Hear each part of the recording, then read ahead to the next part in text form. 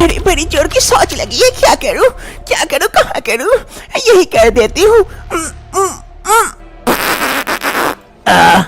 बड़ा मजेदार सिगार है, इसे पीने से तो मन की तृप्ति हो गई। अरे ये क्या गिर गया, सारा सिगार भी बुझ गया सर पर। ये लटलटा सा क्या है? अरे कितनी बदबूदार दुर्गंध है। किशन शादी के बाद पहली बार अपनी बीबी रितु को लेकर गांव आता है। अरे रितु, ये देखो हमारा घर। तभी बाहर से किशन की बहन निशा आती है अपने भैया को देखकर। अरे भैया, अरे भैया आप आए, और ये साथ में। अरे हाँ, तुम सही सोच रही हो, ये तुम्हारी भाभी रितु है, और रितु ये मेरी बहन निशा है। अरे भाभी चलिए अंदर चलते। अरे माँ, बाबूजी आइए, बाहर आइए, देखिए कौन आए हैं। निशा की आवाज सुन उसकी माँ कौशल्या और बाबूजी रामलाल घर से बाहर आते हैं। अरे पापा मम्मी देखो, भैया आए, साथ में भाभी भी लाए हैं। अरे ये तो बड़ी खुशी की खबर है। अरे बहू चलो घर के अंदर आओ, बाहर क्या कर रही हो। फिर सभी कोई घर के अंदर जाते हैं। सभी कोई घर के अंदर आ जाते हैं। अरे निशा जा बहू को उसका कमरा दिखा दे। जा बहू जा, तेरा कमरा ऊपर है। चलो भाभी, मैं आपको आपका कमरा दिखाती हूँ। अरे जाओ रितु, तुम जाओ, तब तक मैं माँ बाबूजी के साथ थोड़ी सी बातें कर लेता हूँ। फिर निशा अपनी भाभी रितु को उसके कमरे की ओर लेके जाती है। और इधर किशन, अरे पापा कैसे हैं आप, और मैं आपके लिए कुछ लेके आया हूँ। अरे बेटा चल रहा है जैसे तैसे, मैं तो सोचा कि तू भूल जाएगा लाने में। अरे कैसे भूल सकता हूँ, ये लीजिए। किशन अपने पॉकेट से एक पैकेट शिगार निकाल के अपने बाबूजी को देता है। उसके बाबूजी ये देखकर काफी खुश हो जाते हैं। लेकिन इधर कौशल्या, अरे बेटा किशन ये क्या कर रहा है, तू ही अपने बाबूजी को बिगाड़ रहा है। ये शिगार दे के बाद में जब तू नहीं रहेगा तो इन्हें शिगार कौन ला के देगा। अरे माँ तुम चिंता क्यों करती हो, मैं भिजवा दिया करूँगा, उसकी चिंता तुम मत करो। हाँ तुम लोगों का तुम ही लोग देख लो, मैं जाती हूँ खाना बैठाती हूँ। कौशल्या देवी वहाँ से चली जाती है। अरे बेटा बड़ी अच्छी सुगंध आ रही है, इम्पोर्टेड है क्या? अरे हाँ बाबूजी इम्पोर्टेड है। मेरे एक दोस्त हैं, वो बाहर काम करते हैं, वो जब आते हैं तो मैं उससे मंगवा लेता हूँ। अब वो आएगा फिर मंगवा के आपको भेज दिया करूँगा। चल बेटा तू बैठ, मैं एक बार चेक करके आता हूँ कैसा टेस्ट है। फिर रामलाल शिगार लेकर घर से बाहर चले जाते हैं पीने के लिए। अरे रितु और निशा क्या करें, जाके देख लेता हूँ। इधर निशा रितु को कमरा दिखा रही थी। अरे निशा तुम्हारा घर तो बहुत ही सुंदर है, लेकिन एक चीज पूछना था, अगर बुरा नहीं मानोगी तो। अरे हाँ भाभी पूछो ना, बुरा किस बात का मानूंगी। वो घर में कहीं वॉशरूम नहीं दिखा निशा। अरे भाभी अब क्या बताऊँ, हम लोग गाँव में रहते हैं और गांव वालों का कहना है कि शौचालय घर में नहीं बनानी चाहिए, इसीलिए हम लोग अब भी खुले में जाते हैं। क्या खुले में? लेकिन मैं। अरे भाभी कुछ नहीं होगा, 1-2 दिन मेरे साथ जाओगी फिर देखना आदत बन जाएगी। निशा और रितु दोनों बातें कर रहे थे, दोनों एक दूसरे के साथ काफी घुल मिल गए थे। तभी किशन आता है। अरे निशा रितु कहाँ हो तुम लोग? अरे भैया आगे चलिए। अरे भैया हम लोग यहाँ थे बालकोनी में, भाभी को बालकोनी खूब पसंद आया। अरे नहीं बालकोनी नहीं, पूरा घर ही पसंद आया, काफी अच्छा घर है। चलो अच्छा है, तुम दोनों की दोस्ती हो गई। अब रितु बोर नहीं होगी, नहीं तो मुझे कह रही थी वहाँ जाके मैं बोर होंगी। दूसरी सुबह निशा रितु को लेकर बाहर आ जाती है गाँव के रास्ते। अरे निशा तुम्हारा गाँव तो कितना अच्छा है, देखो कितना अच्छा, चारों तरफ हरा हरा, और ये नदियाँ कितनी अच्छी लग रही है। अरे हाँ भाभी गांव ऐसे ही होते हैं। दोनों बातें करते करते धीरे धीरे आगे बढ़ते हैं। फिर निशा रितु को एक जगह लेके आती है। अरे निशा हम ये कहाँ आ गए? अरे निशा ये कौन है, किसे लेके आई है? अरे ये मेरी भाभी है, कल ही आई है। अरे निशा ये लोग कौन है? अरे भाभी ये सब गाँव की औरतें हैं, यहाँ शौच के लिए आई हुई है। मैं भी जल्दी से शौच करके आ जाती हूँ, आप यहीं पे रुको, अगर आपको भी लगी है तो चलो मेरे साथ। अरे नहीं मुझे नहीं लगी है, तुम्हें करके आओ, मैं यहीं रुकती हूँ। फिर निशा जल्दी से जाती है शौच करने के लिए और कुछ ही समय में शौच करके वापस आ जाती है। चलो भाभी चलते हैं। फिर वो दोनों वहाँ से चले आते हैं। रात का वक्त हो रहा था, किशन सो चुका था और इधर रितु को नींद नहीं आ रही थी, वो इधर उधर घूम रही थी। अरे मुझे तो नींद ही नहीं आएगी, अब मैं क्या करूँ? मुझे तो रात में शौच जाने की आदत है, अब मैं उतनी दूर जंगल में कैसे शौच जाऊंगी? घर में शौचालय भी नहीं है। ये तो मैं भूल ही गई थी। गांव में इतना सुंदर घर है, लेकिन घर में एक शौचालय नहीं है। अब मैं क्या करूं? रीतु इधर उधर घूमती है, सोने की कोशिश करती है, लेकिन उसकी नींद नहीं आती है क्योंकि उसे बड़ी जोर की शौच जो लगी हुई थी। तब भी वो जैसे तैसे रात काट लेती है। ऐसे ही सुबह हो जाती है, सभी कोई अपने कामों में व्यस्त हो जाते हैं, लेकिन वापस से रात होती है। किशन अपनी जगह पर सो जाते हैं, लेकिन रीतु को नींद नहीं आती है क्योंकि उसे आज भी बड़ी जोर की शौच लगी हुई थी और कल वो शौच भी नहीं जा पाई थी। अरे अब मैं क्या करूं? मुझे बड़ी जोर की शौच लगी है। कल भी नहीं गई थी, आज तो बर्दाश्त ही नहीं हो रहा। कहीं तो करना होगा। क्या करूं? घर में तो नहीं कर सकती, अब वहाँ भी नहीं जा सकती। क्या करूं? बालकनी तरफ देखती हूँ, कहीं अगर हो पाए तो यही कर दूंगी। फिर रीतु बालकनी की ओर जाती है। अरे नींद नहीं आ रही थी, क्या करूं? एक सिगार पी लेता हूँ। बड़ा मजेदार सिगार लाया है बेटा, मजा आ जाएगा। रामलाल अपने जेब से सिगार निकालता है और सिगार का मजा लेता है। हाँ, मजा आ गया। उसी वक्त ऊपर रीतु बालकनी में आती है, इधर उधर देखती है कि कोई तो नहीं है और किसी को देख नहीं पाती है और वही बालकनी से जाकर शौच करने के लिए बैठ जाती है। अरे जल्दी से शौच कर लेती हूँ, कोई नहीं है और सुबह किसी को पता भी नहीं चलेगी। रीतु जैसे शौच करती है, नीचे रामलाल सिगार पी रहा था। सारा शौच आकर रामलाल के ऊपर गिर पड़ता है।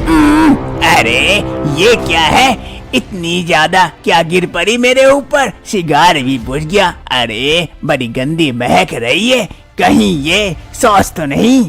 लेकिन शौच कहाँ से आया? ऊपर से टपका क्या आसमान से, या कोई चिड़िया कर दी इतना सारा शौच? अरे कौन है रे? अरे ये क्या? मेरी शौच कहीं पापा के ऊपर तो नहीं गिर गई? अरे नहीं नहीं, जल्दी जाके सो जाती हूँ, किसी को पता नहीं चलेगा, वरना मेरी तो बेइज्जती हो जाएगी। रीतु जल्दी से वहाँ से भाग जाती है। अरे अब रीतु वापस जल्दी जल्दी से आ जाती है और किशन के बगल में सो जाती है। क्या करूं? नहाना पड़ेगा लग रहा, बड़ी बदबूदार शौच है। जाके नहा के आता हूँ, नहीं तो अगर भाग्यवान को पता चला कि रात में सिगार पी रहा था तो और झमेला हो जाएगा। इससे बढ़िया चुपचाप जाके नहा के आ जाता हूँ। रामलाल किसी को कुछ नहीं कहता है और चला जाता है तालाब की ओर नहाने के लिए। दूसरी सुबह रामलाल रीतु के कमरे में आते हैं। अरे बहू, बहू हो क्या? अरे हाँ बाबूजी, आइए आइए। फिर रामलाल कमरे के अंदर आता है और फिर बालकोनी की तरफ जाकर घूर घूर कर इधर उधर देखता है। तभी इधर से रीतु पूछती है, अरे बाबूजी, कुछ ढूंढ रहे हैं क्या? अरे नहीं नहीं बहू, वो जरा सा देख रहा था इधर उधर कि कहीं से कुछ रात में ऊपर से गिरा, तो कहीं यहाँ से गिरा या कहाँ से गिरा कुछ। अरे क्या गिरा बाबूजी? अरे कुछ नहीं, वो एक लकड़ी का टुकड़ा गिर गया था, चोट लगते लगते बचा था। छोड़ो, खैर कोई बात नहीं, मैं चलता हूँ। ये कहते हुए रामलाल वहाँ से चले जाते हैं और इधर रीतु, अरे ये क्या हो गया? कल रात को जो गलती हो गई अब दोबारा हुई तो मैं पकड़ी जाऊंगी। नहीं नहीं, कुछ तो करना होगा, नहीं तो ऐसे नहीं चलेगा। दूसरे दिन से रीतु निशा के साथ सुबह सुबह आ जाती है शौच करने के लिए नदी किनारे और जाकर शौच करने के लिए बैठ जाती है। थोड़ी सी दिक्कत होती है लेकिन शौच कर लेती है। अब ऐसे ही दिन बीतने लगते हैं। हर सुबह रीतु भी निशा के साथ आ जाती है यहाँ शौच करने के लिए और सुबह सुबह रीतु की भी शौच हो जाती है। अब ऐसे ही दिन बीतते हैं। रात के वक्त रीतु और उसका पति किशन दोनों बालकनी में आते हैं और सुनहरे मौसम का आनंद उठाते हैं।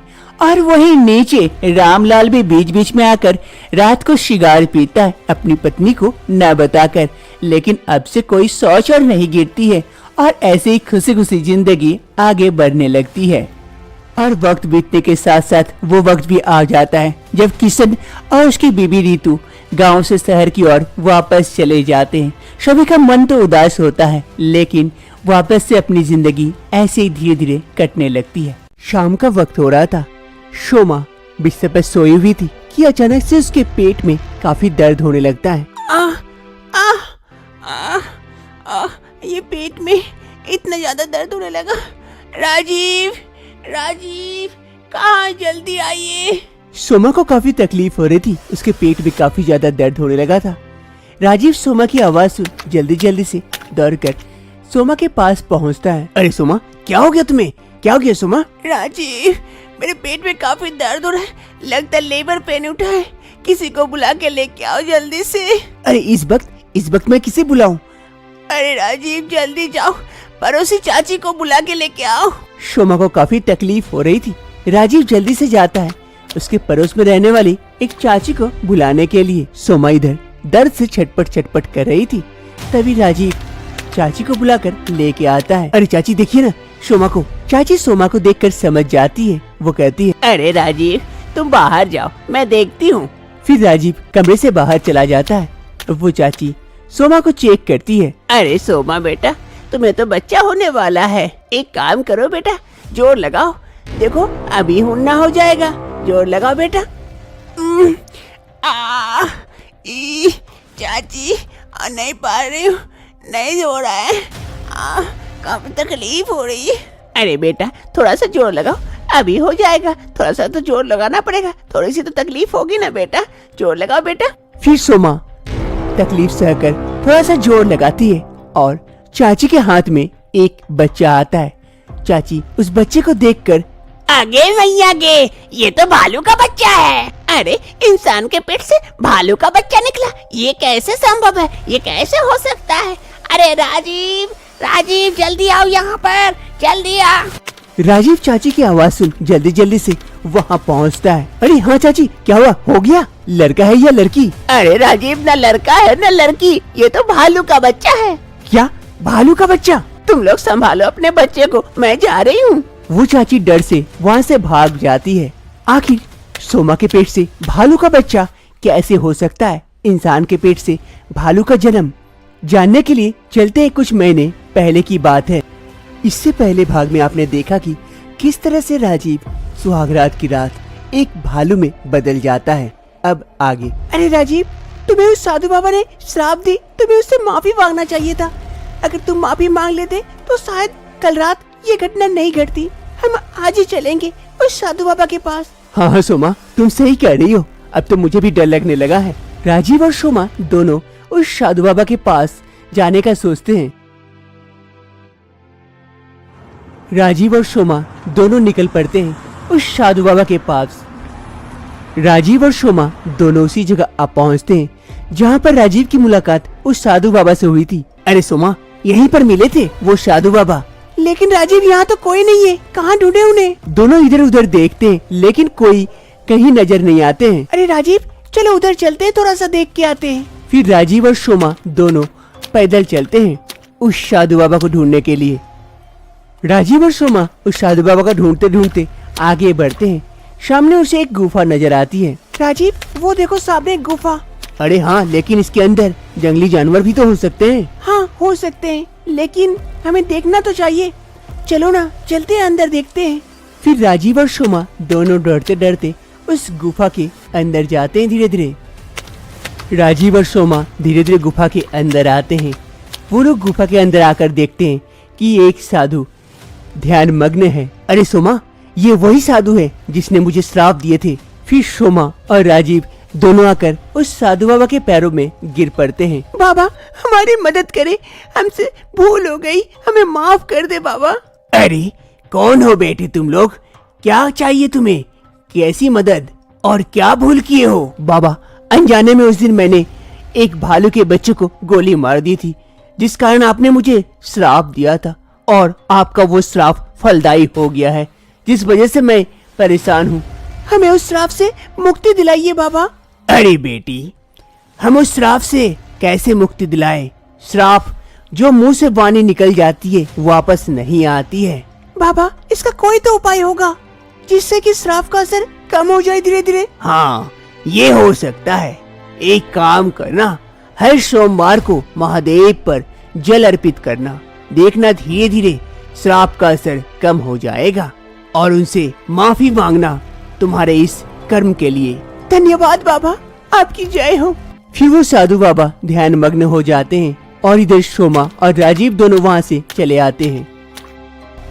उस साधु बाबा के कहे अनुसार हर सोमवार को सोमा और राजीव दोनों शिव मंदिर पहुंच जाते हैं जल अर्पण करने के लिए। दोनों जल अर्पित करते हैं और भोले बाबा से माफी मांगते हैं। हे भोलेनाथ, मुझे माफ कर दे, मुझे अपने कर्मों का पश्चाताप है। हे भोलेनाथ, इनका श्राप वापस कर ले, इन्हें अब पहले जैसा कर दे, इन्हें ठीक कर दे। अब ऐसे ही दिन बीतने लगता है।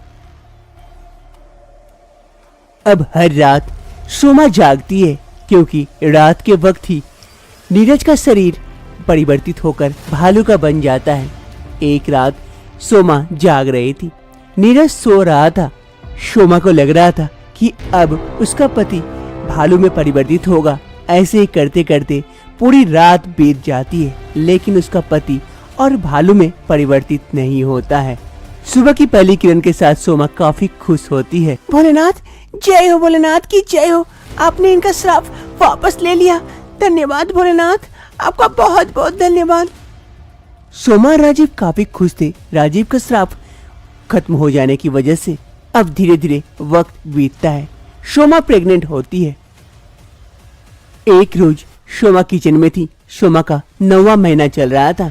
तभी वहाँ पर राजीव आता है। अरे सोमा, तुम्हारा 9वां महीना चल रहा है और तुम किचन में काम कर रही हो, तुम्हें तो रेस्ट करना चाहिए। अरे राजीव, दिन भर बैठ कर तो थक जाती हूँ, थोड़ा बहुत तो काम कर भी लेना चाहिए। वैसे भी मैं अपना ध्यान रख सकती हूँ।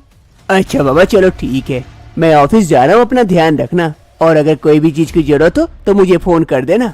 फिर राजीव वहाँ से चला जाता है और सोमा अपना काम करने लगती है। राजीव, ये भालू का बच्चा कहाँ से हुआ? मतलब वो साधु बाबा का श्राप वापस नहीं हुआ था? अरे सोमा, मैं भी तो वही समझ नहीं पा रहा हूँ, हमें उस साधु बाबा से मिलना चाहिए। हाँ राजीव, कल सुबह सुबह ही हम लोग चलेंगे वहाँ। दूसरी सुबह ही सोमा और राजीव उस छोटे भालू को लेकर उस साधु बाबा की गुफा में पहुँच जाते हैं। बाबा, ये क्या हो गया बाबा? हाँ बाबा, ये अनर्थ कैसे हो गया बाबा? क्या हुआ बेटी? बाबा, ये देखिए ना, मेरे पेट से ये छोटे भालू का जन्म हुआ है। अब मैं क्या करूं? अरे बेटी, ये तो होना ही था। मैंने तुझे कहा था कि श्राप से मुक्ति मिलेगी, लेकिन ये नहीं कहा था कि इस श्राप से तेरा पति जो भालू बन जाता था, उस श्राप से तुझे मुक्ति मिल चुकी थी। लेकिन तेरे पेट से तो इस भालू के बच्चे का जन्म होना ही था, यही नियति थी। क्योंकि तेरे पति ने जिस भालू के बच्चे को गोली मारी थी, वो भालू का बच्चा मर गया था और मरते मरते मुझसे कह कर गया था कि वो वापस आएगा मेरे पास। आज उसी भालू ने तेरे पेट से जन्म लिया और फिर से मेरे पास आ गया। इसे मेरे पास छोड़ दो, इसे यहाँ रहने दो। अब तुम्हें श्राप से मुक्ति मिल गई है पूरी तरह से। अब तुम्हारा बच्चा इंसान का होगा। अब जाओ, तुम लोग अपनी जिंदगी खुशी खुशी बिताओ। जय हो बाबा की जय। जय हो बाबा की जय हो। फिर सोमा और राजीव उस छोटे से भालू को साधु बाबा के पास छोड़ देते हैं और चले जाते हैं। वो छोटा सा भालू उछलते उछलते साधु बाबा के गोदी में चढ़ जाता है। अरे, तू आ गया मेरे पास फिर से। समय बीतने के साथ साथ सोमा फिर से प्रेग्नेंट होती है। फिर 9 महीने बाद सोमा एक प्यारे से बच्चे को जन्म देती है। इससे राजीव और सोमा काफी खुश होते हैं। अब वो लोग खुशी खुशी रहने लगते हैं।